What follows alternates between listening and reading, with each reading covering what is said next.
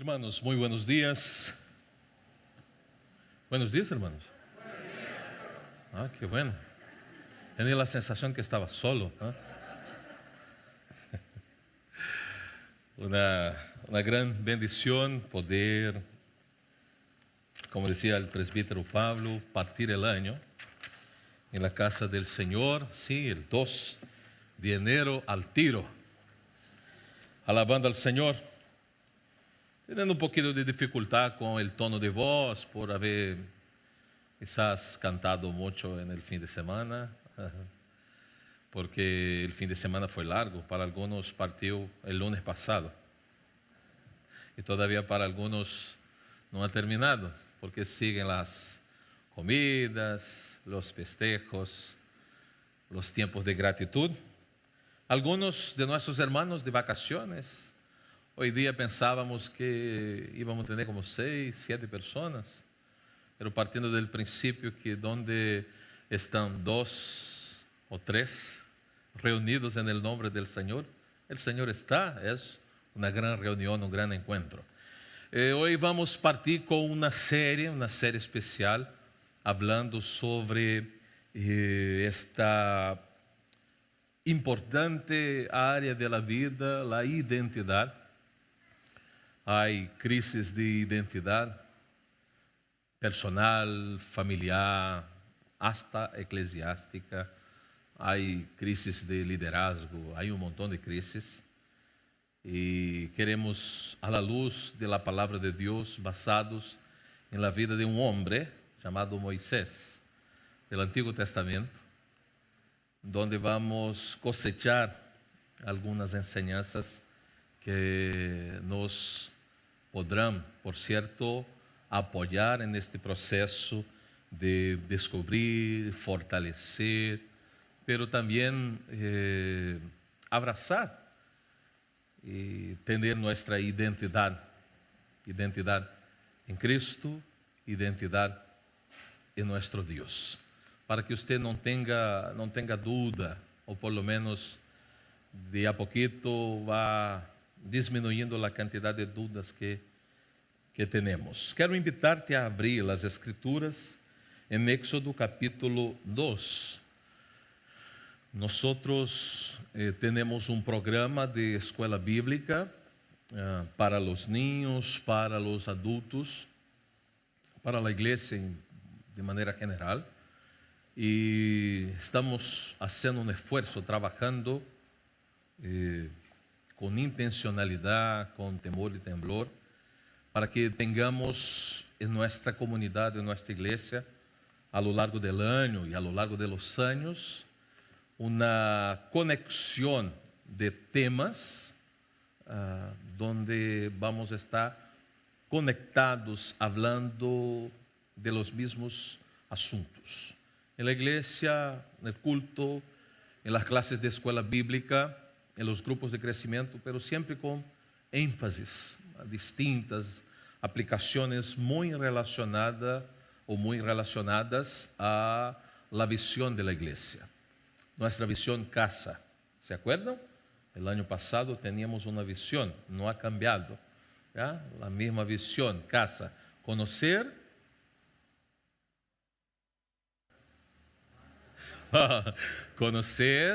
amar, servir y adorar.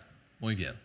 ¿Ya? Todavía está. Entonces vamos a repetir, como decía la semana pasada, en la pedagogía de Dios, no vamos a crear nada nuevo, pero hacer ese proceso de repetir para fortalecer los conceptos.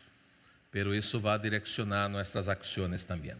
Dice el texto: un varón de la familia de Leví fue y tomó por mujer a una hija de Leví, la que concebió y dio a luz un hijo, y viéndole que era hermoso, le tuvo escondido 3 meses.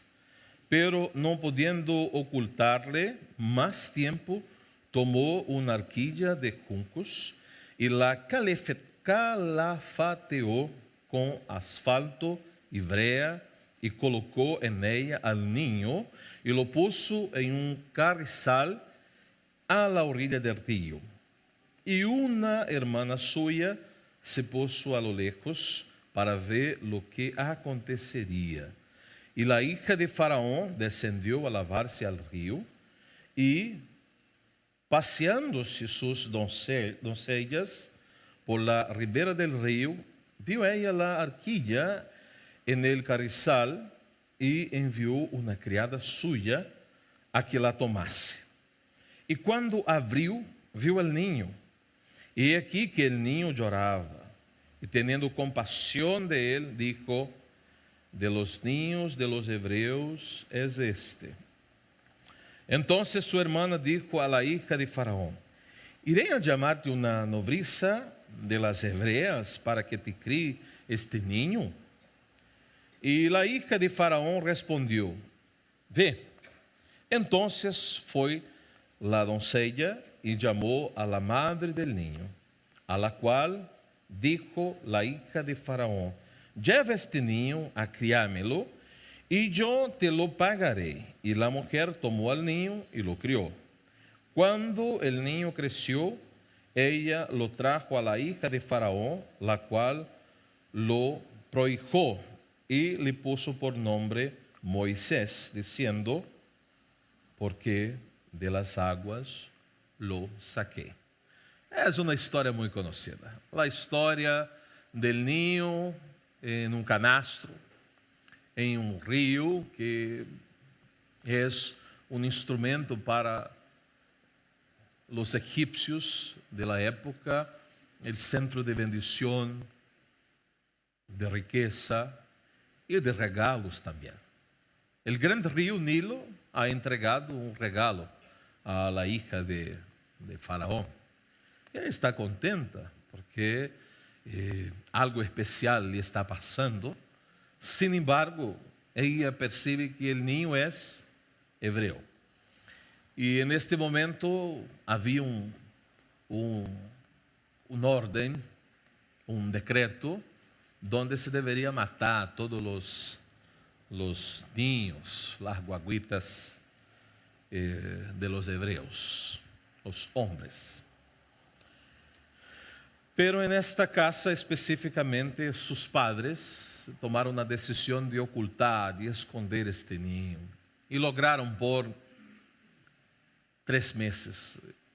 Yo me imagino la lucha que fue para tener ahí en silencio. En mi casa es súper complejo. Yo tengo uno de 13 y otro de 10, pero todavía hacen mucha bulla. Y es difícil mantener los niños en silencio. Imagino que el niño no podría tener hambre porque la mamá tenía todo programado, una cosa muy seguida. Su archivo, su planilla de Excel, por cierto, estaba muy bien establecida, los horarios, pero a los 3 meses ya no era más posible. Entonces hay una reunión familiar, un encuentro familiar, el papá, la mamá, la otra hermana y el otro hermano, porque este niño tenía 2 hermanos. Perdón, el otro hermano no estaba todavía, ¿no? El más nuevo, Aarón. Entonces hay un encuentro familiar y se toman algunas decisiones. Mira, tenemos que planificar algo importante para mantener nuestro pequeño, hermoso, gordito, con vida, ¿verdad? Con vida. ¿Qué podemos hacer? Entonces, podríamos hacer eso otro. Y llega un momento que dice: no, hagamos un canasto y preparemos con mucha dedicación, con mucho cuidado, porque vamos a poner ahí el precioso, ya, el niño, que en este momento no tenía este nombre de Moisés. Ya ahí lo pone, pero estratégicamente, ¿dónde lo vamos a llevar? Al Nilo. Ya, perfecto. Pero ¿a qué horas? A la hora, a tal hora. Ya tenemos un buen conocimiento de lo que pasa. Excelente. Para que este niño siga con vida, necesita ser entregado como un regalo, porque ya. Pero puede ser que si lo ponemos así, suelto en el río, algo le pase. No. pongamos una cuerda, algo que lo mantiene ahí, y vamos a poner a alguien para vigilar, ¿ya? Entonces se puso la hermana, para que si alguien se acerca, ella puede declarar, te pillé. Pero no pasó así. Al momento preciso, viene la hija de Faraón con sus siervas, y el niño, ¿qué está haciendo? Llorando. Entonces, es un niño, y cuando abre el canasto, hay un gordito, hermoso, así como son todas las guaguas, tiene cara de rodilla, y mira al niño y dice, de los hebreos. ¿Qué se debe hacer con los niños de los hebreos? Matar. Pero impresionante la decisión de la Miriam, la hermana de la guagua. Se acerca al tiro y dice, yo tengo alguien que puede criar este niño. Estaba todo orquestado. Estaba todo debidamente planificado. Mira cómo es bueno seguir una planificación. Excelente, ¿ya? Y dijo, ya, ningún problema. ¿Y quién va a criar el niño? A la luz del texto que leímos recién. La propia madre. Pero ahora con la protección, la autorización, la bendición de la hija de Faraón. De la gente que tenía toda autoridad. Muy bien. Y no solo iba a criar a su hijo. Iba a criar a su hijo e iba a recibir por eso. Está en le pagaré todo, ¿ya? Todos los costos de pañal. A los papás aquí más modernos, ¿ya? Saben cuánto cuestan los pañales. Terrible, terrible, ¿ya? Y a los más antiguos se acuerdan muy bien la difícil tarea de criarnos lavando así. Mi mamá hizo muchísimo con 3 hijos. Por eso, tan importante la labor de las madres. Que Dios les bendiga en todas las cosas. Pero más allá de eso, la madre del niño, que no tenía nombre en este momento, le podría entregar enseñanzas referentes a su pueblo, a sus patriarcas, a su Dios. Este niño está recibiendo la bendición, el favor, la gracia de una acción coordinada en la eternidad, pero también en la casa, en la familia, pero soberanamente Dios está usando el propio pueblo del Egipto, las autoridades, para el desarrollo perfecto de su plan de redención. Y aquí una primera y especial lección en este día. Dios gobierna, aun que no tengamos la percepción exacta de lo que está pasando. Dios gobierna. Dios está guiando su pueblo. Aún en tiempos de dolor, persecución y muerte, porque era eso que estaba pasando el pueblo hebreo. José había sido olvidado. El pueblo está bajo la presión, viven como esclavos en Egipto, y Dios está guiando la historia, proveyendo un redentor. Pensando nisso, nosotros propusimos un tema para hoy día, que necesitamos cuidar nuestra casa. ¿Por qué necesitamos cuidar nuestra casa? Porque el valor de la familia es imprescindible en la formación de sus miembros. Y usted puede decir, pastor, pero yo no he nacido en una familia así. Una familia que conoce a Dios, que teme a Dios. Ningún problema. Yo tampoco nací en una familia así. Había una división de creencias. ¿Tá? Pero algunos aquí, como yo, por ejemplo, hemos tenido el privilegio de formar desde nuestro matrimonio una familia bendecida y poder criar nuestros hijos en el temor del Señor. Entonces sirve para los que no tuvieron el privilegio, para los que tienen el privilegio, pero eso involucra responsabilidad. Y la responsabilidad no puede ser transferida, ¿ya? La responsabilidad de la crianza de nuestros hijos no puede ser con una persona que contratamos para hacerlo, en el sentido de los principios reales de la vida que deseamos para nuestra familia, para la generación que tenemos y las generaciones que vendrán. Pensando en esto, la primera acción que nosotros necesitamos, a la luz de ese texto, emprender en esta formación de la identidad de nuestros hijos o la reafirmación de nuestra identidad personal a la luz de ese texto y de esta familia es involucrarnos en el proceso de conocer más del Señor. Si usted tiene su Biblia o su aplicación y puede ir a una nueva ubicación en las Escrituras, Hebreos capítulo 11, haciendo una breve conexión con ese texto.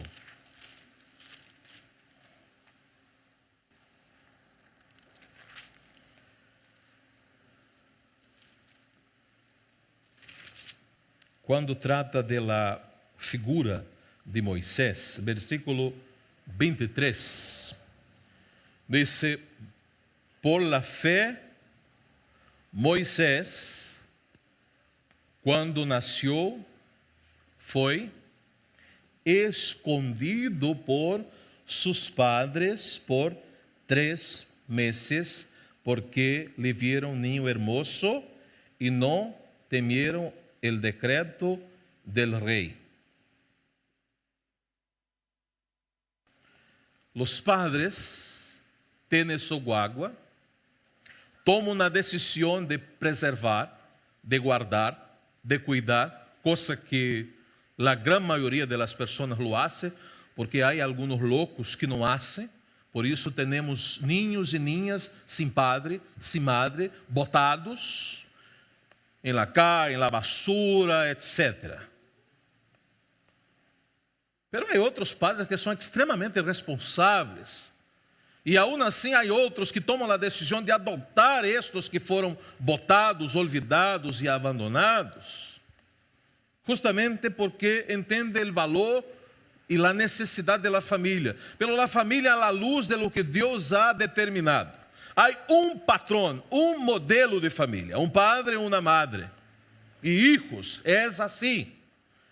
Isso é família, à luz das Escrituras. El matrimonio establecido de un hombre y una mujer.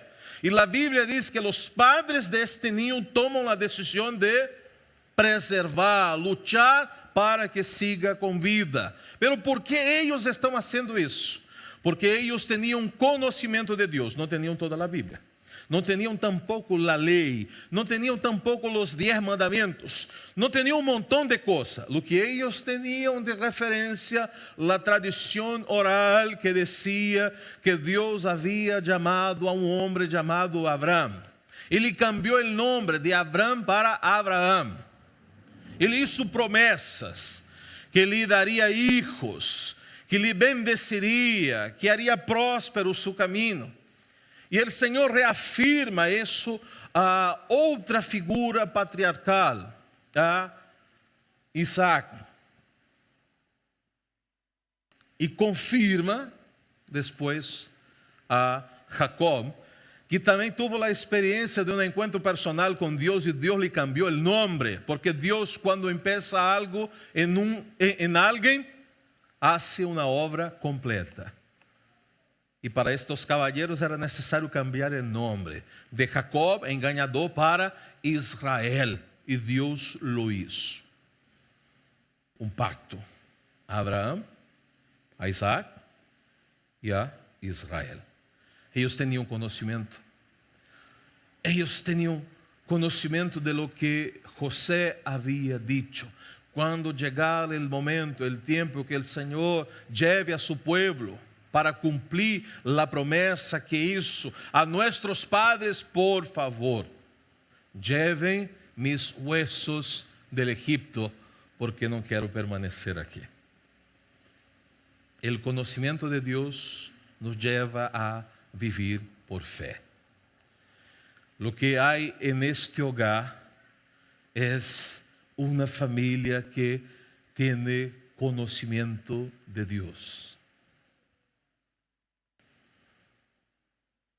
En su casa hay eso. ¿Ustedes recuerdan las cosas que Dios ha hecho? El salmo que leímos al inicio. El conocimiento de Dios familiarizado con los miembros de una misma casa. Me encanta porque no es la madre que va a hacer todo aquí. Nada en contra de las mujeres mandar en la casa, ¿verdad? En mi casa no es así. Quien manda en mi casa soy yo. Siempre tengo la última palabra. ¿De acuerdo, mi amor? Sí, mi amor. Para mantener el equilibrio. No es que manda, es que hay armonía. Y hay una segunda lección que quiero compartir con ustedes, que es necesario para la identidad de nosotros, de nuestros hijos, en la formación de una familia que glorifica a Dios. Es un ambiente armónico, un ambiente de unidad, un ambiente de comunión, un ambiente donde la comunicación es fluida. Me encantó el texto de Hebreo que dice que Moisés, ya cita Moisés, pero dice sus padres. No fue una decisión de la madre o del padre. No fue por imposición. No fue por una condición de imponerse como autoridad A o B. No, con comunión, con unidad, como Dios estableció en Génesis capítulo 1, cuando hizo hombre y mujer. Cuando repite la narrativa en el capítulo 2, que había unidad, comunión, donde ellos no estaban cada uno a su pinta haciendo lo que le parecía. Están unidos. Y es muy bueno luchar por preservar la unidad de nuestra casa, de nuestro hogar, de nuestra familia. Lo que pasa es que los niños crecen, yo sé, yo estoy de acuerdo, estoy viviendo eso en mi vida ahora. Cuando más chico llevaba a donde quería, hoy día hay diálogo y hay necesidades de conversación, de escucharlos. Y llega un momento que la autoridad de padre y madre tiene que prevalecer. Pero ellos crecen. Pero lo que ellos han recibido de nosotros es lo que queda. No podemos transferir al colegio, a la iglesia, a quien quiera que sea, a los psicólogos, los amo. Pero la responsabilidad de cultivar, de preservar, de entregarnos a un espacio en la casa de unidad. Ustedes saben que me gusta usar los ejemplos más cercanos. Tengo un hijo que ocupa comunicación no así, del habla. Su comunicación es alternativa. Pero impresionante porque ahora hay libertad de comunicación, hemos encontrado un punto común. Y él, pecador, como todos, desea algo. ¿Y a quién busca primero? A la mamá, obviamente. Corazón de melón. Ya, llega. Palomita, Coca-Cola, jugo, piscina. Ahora en el calor, piscina, todo el día. Y la mamá dice, no es la hora, no es el momento, ahora no. Tienes que hablar con su padre. ¿Qué hace el caballero? Claro, viene. Y el papá le dice, no es la hora, no es el momento. Y la pregunta clásica, ¿qué le ha dicho su madre? Él no queda para escuchar la pregunta, busca a su madre. Y su madre tiene la responsabilidad de mantener la decisión primera, porque en nuestro hogar no puede haber conflicto. En nuestra comunicación necesitamos hablar un mismo lenguaje. Por eso que es una lucha preservar la unidad en el hogar. Pero es necesario. Y ahí vamos a ver nuestras hijas. Yo no tengo, me encantaría tenerlas. Nuestras hijas teniendo buenos matrimonios. Un matrimonio para cada una, obviamente. ¿Ya? Teniendo una familia a la luz de lo que dice la palabra de Dios, porque ha visto en nosotros no el patrón, la referencia. Somos una referencia. No somos perfectos. Yo como padre cometo errores. Mi esposa como madre comete errores. Yo como marido cometo errores. Mi mujer también en su rol de esposa también comete errores. Pero nosotros necesitamos cultivar, preservar y luchar por la unidad de nuestro hogar. Por ejemplo, reconociendo que hemos metido la pata, que hemos cometido error. Al punto de acercarnos uno al otro y decir, por favor, perdóname porque no hice como corresponde. Y no es feo hacer eso. Hay momentos que nosotros cometemos errores con nuestros hijos. Qué bonito acercarnos a nuestros hijos y decirles, perdón, porque no he procedido como corresponde. E não é feio para nada, não te vai quitar a autoridade, ao revés, te vai entregar aún mais autoridade, porque a autoridade não é o que se impõe, a autoridade é o que se vive. Assim deve ser. E nesta família há compromisso, e é hermoso porque a mamã dijo a la niña, vamos poner a tu hermano en el canasto en el río. Pero usted tendrá que quedarse en tal lugar. Como hemos dicho en la casa, aquí está el mapa. Es decir, a nuestros hijos, como hablamos en la casa, aquí está el mapa. Aquí está el mapa. Pensando en el mapa, necesitamos cultivar la fé. É terceiro ponto desta acção de identidade moldeados por Deus para cumprir o propósito, pensando no valor da família, na formação de nossos hijos, de los miembros de la casa. E esta acção de cultivar a fé nos leva a pensar à luz desse texto que o que está passando é que há uma firme esperança. Deus enviará um Redentor que levará su pueblo de esta terra. E os padres estão dizendo, nos encantaria que nosso hijo fuera também. porque muitos de los hebreus já haviam perdido a sus hijos, foram assassinados. Esta família está escondendo a seu pequeno hermoso, está mantendo em secreto a seu hijo por la fé. ¿Qué hacemos con nuestros pequeños cuando los bautizamos? Los bautizamos por fe, en la esperanza que van a crecer, que van a amar al Señor y vivir para su gloria. ¿Por qué enseñamos a nuestros hijos los valores de la Biblia? O por lo menos deberíamos enseñar en los compromisos que hacemos.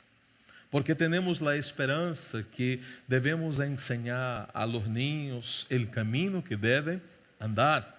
Porque van a crecer, van a salir del hogar, van a tener outras amistades. Será encantador que nuestros hijos tengan también amigos en la iglesia. Que tengamos esse sentimento, esta sensação, pero não só o sentimento e a sensação, esta coparticipação, que nossos hijos tenham amigos que cultivam a mesma fé que eles. Porque eles vão crescer, vão à universidade, vão conhecer o mundo, a vida. Não são todos os hijos que vão a ser pastor.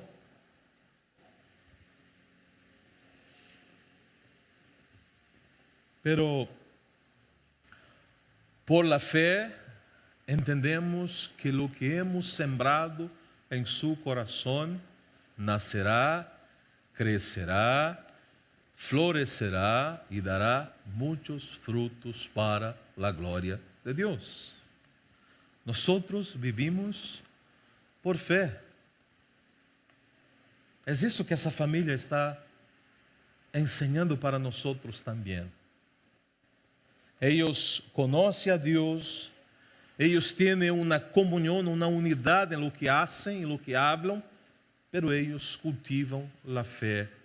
Deus redimirá a su pueblo. Eles não tinham ideia que o niño é o redentor del pueblo que está en el Egipto. Usted não tem ideia de lo que Deus hará a través de la vida de sus hijos. Mi mamá não tinha ideia, tampouco mi papá, que em algum momento eu ia falar portunhol em Chile. Eles não tinham ideia disso. Que de alguma maneira eu seria bendecido para bendecir. Eles não tinham ideia que ia casar-me com Shirley, que ia ter 2 hermosos hijos, que ia ter o privilégio de trabalhar com vocês, de caminhar com vocês. Pero mi mamá tomou uma decisão de levar-me à igreja, de entregar, aunque mi papá não compartia de los mesmos princípios, porque não professavam a mesma fé, ela intentou a sua maneira. E que bueno, aqui está o fruto. Não olvide de lo que usted como papá, como mamá ha sembrado en los corazones de sus hijos. Crecerá, florecerá, frutificará para la gloria de Dios. Uno es el que sembra, otro es el que riega, pero la Biblia dice que de Dios vendrá el crecimiento. Nuestros hijos han nacido para la gloria de Dios. Nuestra familia existe para la gloria de Dios. Y lo que no está para la gloria de Dios, el Señor es poderoso para arreglar, para reformar, para hacer nuevas todas las cosas. Ellos tenían fe. Sabemos de la historia. Podemos adelantar el recuerdo. Este niño va a crecer. Este niño vai ter que tomar decisões e decisões muito relacionadas à la fé de seus padres. O grande desejo de mi coração é que mis hijos mais adelante puedan dizer: el Deus de mi papá, el Deus de mi mamá es mi Deus. É isso. Não quero que mis hijos orem dizendo: en el nombre de Jesús de mi Padre, en el nombre de Deus de mi familia. Não, mi Deus. Mi Senhor, em quem he puesto mi fé. E termino, queridos, porque vamos tomar Santa Cena em um ratito mais. À la luz desse texto, cuidando de nossa casa, de nossa vida, em la formação de nossa identidade, conhecendo mais de Deus, preservando e lutando por la unidade, cultivando a prática de la fé en el Dios Todopoderoso. Pero por último, moviendo-nos estratégicamente por causas mais grandes. Movendo-nos estratégicamente por causas mais grandes. La causa que tenía los padres del niño, y después va a recibir el nombre de Moisés, es la más noble de las causas, es la vida. Nosotros luchamos por la vida. Y hay un dicho que dice, mientras haya vida, también hay esperanza. E eles estão assim, estão movendo nesta direção. E nós temos um montão de causas. Na vida personal, alguns fizeram um montão de planos, agora, fim de ano. 31 é, há uma confusão em call center del cielo, ¿ya? Porque a gente aí ora mais, se consagra mais. Já, no próximo ano serei santo, obediente, fiel. Isso, vou adelgaçar minha idade. Eu não posso ser esta, ¿eh? Não, porque tenho fecha. Senhor, 24, me harão a operação, quedarei flaquito no próximo ano. Yes.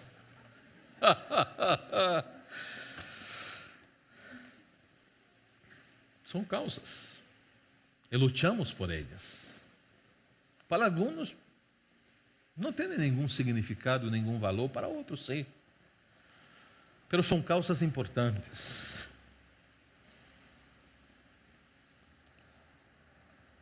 Pero a mais grande das causas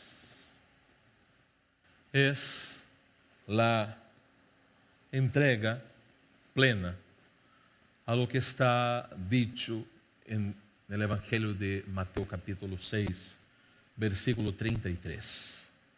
Diz que devemos priorizar o reino de Deus e sua justiça. As outras coisas nos vendrão por añadidura. Há uma causa que guia esta família, a expectativa de la redenção. O que nos motiva dia a dia em nossas construções, em nossas búsquedas, em nossas inversões. Só está por 15, 20 dias de vacaciones, norte de Chile ou fora de Chile, participar regularmente de uma igreja evangélica mais cercana a sua casa ou mais lejana a sua casa também para alguns. ¿Por que estamos aqui? ¿Por que nos juntamos? ¿Por que estamos unidos em uma mesma congregação? Deve ser por uma causa maior, uma causa mais grande. Deve ser o reino de Deus. Por essa razão estamos aqui. E o reino de Deus é um ambiente, um espaço de plenitude de vida, de alegria, de paz. Por essa razão queremos que nossa família goce do reino de Deus e seus princípios e valores, porque não existe nada no mundo que seja mais grande, mais especial que esta causa do reino de Deus. É neste ambiente do reino que puedo viver feliz, melhor, em um matrimônio bendecido por meu Deus. Por isso que devo cultivar todos estes outros princípios da unidade, do conhecimento, da fé, pero recordando, estou involucrado com uma causa mais grande. E esta causa mais grande é o reino de Deus, lo que dá sentido a nossa vida, porque neste reino estão os redimidos, aqueles que aguardam, esperam com grande expectativa el grande e glorioso dia que Cristo vendrá. Todas estas coisas vão a passar. Toda a luta de la mamã, del papá, de la hermana, del niño, del passado, passou. Pero en la carta a los Hebreos está dicho, ellos lo hicieron por fe. Ellos lo hicieron por una causa. ¿Cuál es la causa? La causa más grande, que es el reino de Dios. Podemos ganar todo el mundo, podemos tener toda la plata de la vida, podemos conocer todos los lugares especiales, extraordinarios, pero en todo eso podemos perder nuestra alma. El apóstolo Pablo dice, ¿qué vale ganar el mundo entero y perder su alma? Nosotros no la vamos a perder, porque já fuimos conquistados por Jesucristo. Agora el desafío a los que tienen hijos grandes, orar por ellos. Los hijos se fueron, el nido está vacío. Las chicas todas se casaram. Cada una todavía, pero já está comprometida, certo? Já está titulada. E el caballero me parece que desea casar. Muy bien. ¿Qué vamos a hacer? Orar por ellas, por ellos. A los que tienen chicos todavía pequeños, la responsabilidad está aún más con ellos. Llamarlos, corregirlos, exhortarlos, disciplinarlos en los principios de la verdad de Dios. A los que como yo tienen hijos adolescentes, clamar al Señor misericordia. Dice que pasa, ¿cierto? Pasa. Pero clamar misericordia para no perderlos en este momento crucial de la vida. La mejor inversión que nosotros podemos hacer en esta vida es en nuestra familia. En la esposa, en el marido, en los hijos. Es la mejor inversión. Y aprendemos porque la familia es el lugar donde tenemos la oportunidad de formar la identidad de nuestros amados y queridos, hermosos, como decía el texto del niño. Sabemos el resultado. El niño creció. Todo lo que recibió de su madre, de referencia de su padre, de referencia de su pueblo, él lo puso en práctica. Fue un hombre extremadamente usado con poder y gracia en las manos de Dios, cumpliendo un importante rol en la historia del pueblo de Dios cuando sale del Egipto. Que el Señor nos bendiga. Que el Señor guíe nuestros pasos y nos dé cada vez más las ganas de conocerlo, de cultivar en el seno de la familia la unidad y la comunión, pero siempre, siempre, siempre pensar de que hay una causa más grande que da sentido a nuestra fe, que es el reino de nuestro Señor. Amén. Vamos a orar. Padre, pedimos tu bendición para nuestra vida. Necesitamos tu misericordia guiándonos siempre. Ayúdanos como padres, madres, hijos, hijas, familias aquí representados, a abrazar estos principios y cuidar nuestro hogar, cuidar nuestra casa, ese regalo tuyo, para que en todas las cosas tengamos la motivación permanente y constante de conocerte más, de estar más entregados a la unidad, de cultivar una fe viva, una fe verdadera, la fe en nuestro Señor y Salvador Jesucristo, y trabajar intencionalmente por aquellas cosas que son más importantes en nuestra vida. E de ellas todas, el reino tuyo debe ser nuestra prioridade. Ajuda-nos nisto, oramos por Jesucristo. Amém.